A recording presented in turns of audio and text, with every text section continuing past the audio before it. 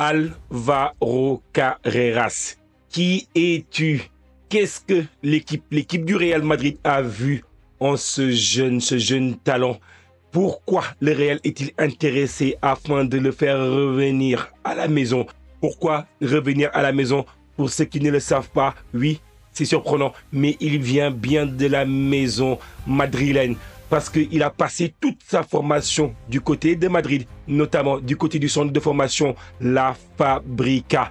Donc du coup, la question c'est que comment ça se fait que le Real, qui avait un talent comme celui-là, n'a pas pu le conserver? Mais parce quoi exactement les talents sont destinés à partir pour se former ailleurs?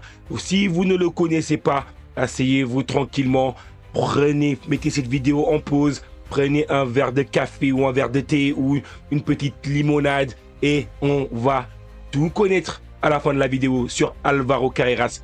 En tout cas, bonjour la team, bienvenue sur la chaîne Parisien Football, content que vous soyez de plus en plus nombreux à suivre la chaîne, plus de 12 000 abonnés sur la chaîne, sur YouTube et sur TikTok, il y a plus de 23 000 abonnés. D'ailleurs, j'en profite pour vous annoncer que, désolé, dorénavant, je ne ferai plus de shorts sur YouTube. Donc du coup, maintenant, sur YouTube, il n'y aura que des formats longs comme celui-ci. Donc du coup, en tout cas, si vous voulez exactement retrouver les formats shorts, il faudra vous abonner sur la chaîne sur TikTok. En tout cas, merci également à toutes les personnes qui sont abonnées sur TikTok. On a dépassé dorénavant la barre des 23 000. Et sans plus autant tarder, on va discuter de Álvaro Carreras. Oui, c'est un joueur qui est d'origine espagnole. Il est notamment passé dans cette équipe du Real Madrid. Il a quand même évolué pas mal de temps, où est-ce qu'il a fait toute sa formation avant d'être transféré, notamment du côté de cette équipe de Manchester United. Mais on va analyser tout ça, on va garder un peu l'analyse chiffrée.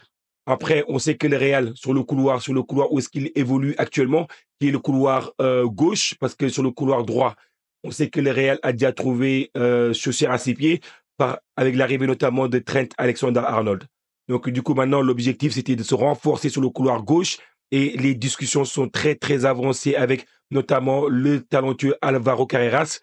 On va dire exactement ce que j'en pense. J'ai regardé pas mal de vidéos sur lui. Donc du coup, je vais vous donner un peu ma perception, mon analyse sur lui. Où est-ce qu'il est fort? Sur quelle zone est-ce qu'il lui reste encore à travailler, à s'améliorer?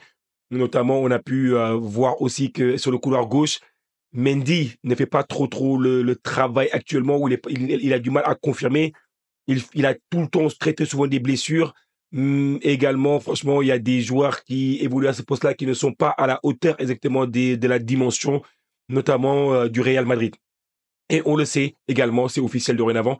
Je voulais annoncer il y a plusieurs semaines déjà la team. Oui, Xabi Alonso est le nouveau coach, c'est officialisé. C'est le nouveau patron de cette équipe du Real Madrid. Donc du coup, je pense qu'il a dû valider la piste. Il connaît parfaitement le joueur. Et le joueur également, il est aussi d'une origine espagnole, tout comme lui. Et comme Dean Huijsen également, pour qui je vous ai fait une vidéo qui a déjà signé du côté du Real Madrid. Donc du coup, j'ai l'impression que le Real souhaite un peu hispaniser un peu son vestiaire. Moi, c'est logique, hein, parce que tu ne peux pas avoir une équipe espagnole sans pour autant avoir de joueurs espagnols qui évoluent dans cette équipe-là. C'était très bizarre parfois de voir que dans cette équipe du Real, il n'y avait pas beaucoup de joueurs espagnols. Alors que dans l'équipe du FC Barcelone, là, on voit une grosse base espagnole avec qui exactement on va ajouter d'autres nationalités pour compléter un peu l'effectif. Donc du coup, quand on regarde un peu, on va bouger un peu sur l'analyse chiffrée sur le joueur en question, où il y aura beaucoup de choses à voir. Ça y est, on rentre dans le vif du sujet, la team. Regardez, le profil. Álvaro Carreras. Comme vous le voyez, il est arrivé juste en juillet 2024. Mais il était déjà en prêt durant la saison d'avant avec l'équipe de Benfica. D'accord? Il a 22 ans, c'est un jeune talent. Il évolue notamment avec les U21 de l'équipe nationale d'Espagne. Porte à parier en signant au Real Madrid, il va très rapidement passer des U21 d'équipe nationale d'Espagne vers l'équipe 1 de l'Espagne, parce que ça va lui donner exactement une grande visibilité pour lui. Hein. Oui. Et quand vous regardez un peu aussi les trophées qu'il a pu remporter, il a remporté la League Cup portugaise, et également c'est un gaucher, donc du coup c'est classique, il évolue sur son couloir gauche. Quand vous regardez un peu cette saison, il est valorisé notamment sur le marché des transferts à hauteur de 28 millions d'euros. Donc, du coup, c'est sa valorisation au 31 mars. Quand vous regardez un peu le profil, ce qui se passe, c'est-à-dire que il a été transféré. Je vais vous montrer d'ailleurs les informations avant qu'on parle d'autre chose. Comme vous le voyez ici, il a évolué avec le Real Madrid, avec les jeunes du Real Madrid. Ensuite, après, il passe avec les U17 du Real, U23, enfin, après, il passe avec les U17. De U17, il est transféré, notamment avec un transfert libre directement des U17 parce qu'il était libéré. Donc, du coup, il est passé directement du U17 au U23 de cette équipe de Manchester United. Des U23, parfois, exactement, il fait des allers-retours entre U23 et U21. Et après, il part en prêt, notamment avec un prêt d'1 an avec Preston. Preston avec qui exactement il part sur un prêt. Puis ensuite, il repart, enfin, il revient du côté de Manchester United. Il part à Granada, l'équipe espagnole, où est-ce qu'il part exactement pour jouer également pour un nouveau prêt. Lorsque le prêt se termine, il revient une nouvelle fois du côté de Manchester United. Et ensuite, il part une nouvelle fois vers Benfica. Et là, exactement, le premier aller-retour vers Benfica, c'était sous la forme exactement d'un prêt. Et donc, du coup, après, à la fin du prêt, il revient du côté de Manchester United. Et là, Benfica transmet une offre. Et là, il est transféré notamment pour une indemnité de transfert estimée autour de 7 millions d'euros. Donc, du coup, ça, c'est la valeur à laquelle Manchester United l'a transféré du côté de cette équipe de Benfica. Mais Manchester United, ils ont toujours cru en lui. Ils ont toujours cru qu'il avait la capacité d'exploser et d'arriver exactement au plus haut niveau. Donc, du coup, Manchester United, ils sont très intelligents généralement. Beaucoup de clubs, ce qu'ils font très, très souvent, ils vendent un joueur avec une clause d'achat. Donc, du coup, ce que Manchester United a fait, ils l'ont vendu avec une clause d'achat. Et la clause d'achat est estimée à hauteur de 18 millions d'euros. Donc, du coup, c'est la clause qu'ils ont intégrée dans le contrat. Et maintenant, quand vous regardez un peu la valorisation du joueur, il me semble que la clause libératoire est autour de 50 millions d'euros pour le joueur. Et comme vous savez, parfois, exactement, le Real ne veut pas déposer l'argent sur la table. Le Real, ils ont même à un moment donné pensé à faire un deal à 3 avec cette équipe de Manchester United pour que Manchester United rachète le joueur à 18 millions et qu'ils leur revendent le joueur avec une certaine plus-value. Donc, du coup, là, finalement, je pense que ça n'a pas été très, très bien perçu. Et donc, du coup, c'est l'une des raisons pour laquelle, dorénavant, le Real va essayer de deal directement avec Benfica afin d'acheter exactement Carreras directement à partir de Benfica. Et là, par contre, on parle d'une indemnité de transfert qui va tourner autour des 35 millions d'euros. Donc, du coup, ça, c'est pour moi, exactement, ça me semble correspondre assez bien à la valorisation du joueur parce qu'un joueur, généralement, il est très, très rarement transféré pour le prix qui est affiché sur Transfermarkt. Hein. Généralement, les clubs, exactement, ils ajoutent une petite plus-value dessus. Donc, du coup, là, exactement, de 28 millions à 35 millions d'euros, voire maximum 40 millions d'euros, ça me semble être une bonne valorisation pour le joueur. Le joueur en soi, comme vous le voyez ici, il a une capacité à être très, très polyvalent sur le terrain. Il a une capacité à évoluer à plusieurs parties du terrain. Donc, du coup, ce qui rend son profil très, très intéressant. Il peut évoluer en tant que piston gauche, il peut évoluer au poste d'arrière gauche. Il sait également évoluer au poste de défenseur central. Défenseur central gauche ou défenseur central dans l'axe du côté droit. C'est ça qui rend également son profil très, très intéressant. Euh, Quand vous regardez aussi un peu comment est-ce que sa valorisation marchande a évolué, vous voyez que lorsqu'il rejoint Manchester United, il est valorisé à hauteur de 2 millions. Preston, il passe à 2,5 millions.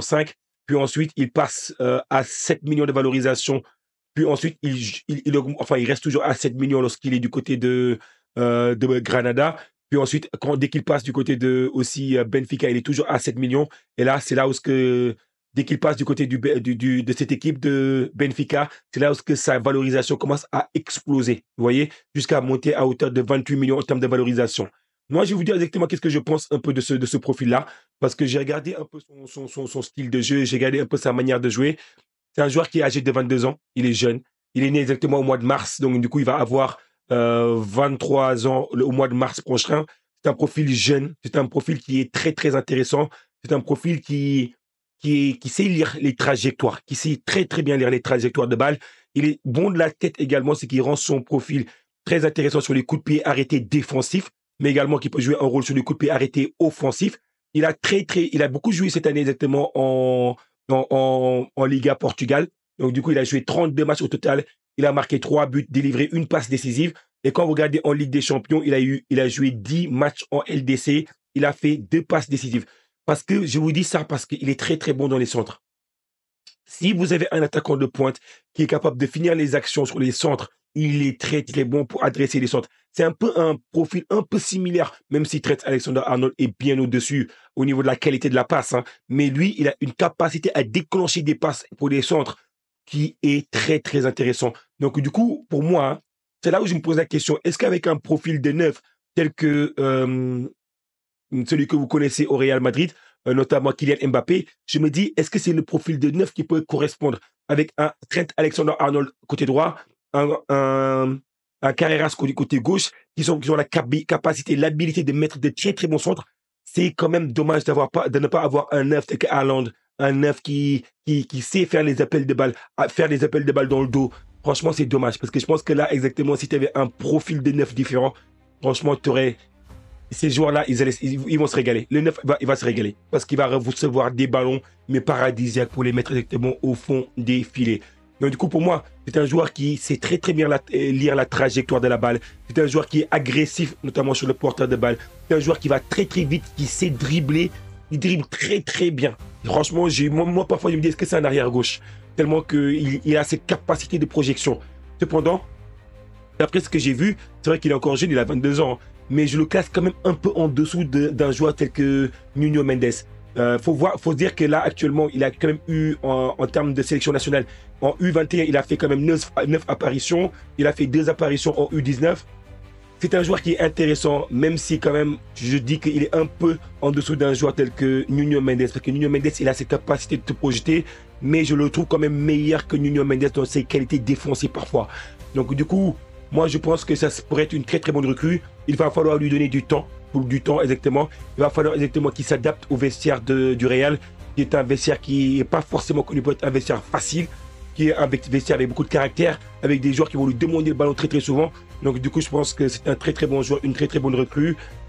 Après, je pense qu'également, il va devoir exactement gagner en maturité, notamment pour parfois exactement savoir lire la trajectoire, enfin, même s'il est très très bon dans la lecture de la trajectoire, hein, mais parfois exactement dans le marquage du joueur, rester debout, ne pas se faire éliminer facilement.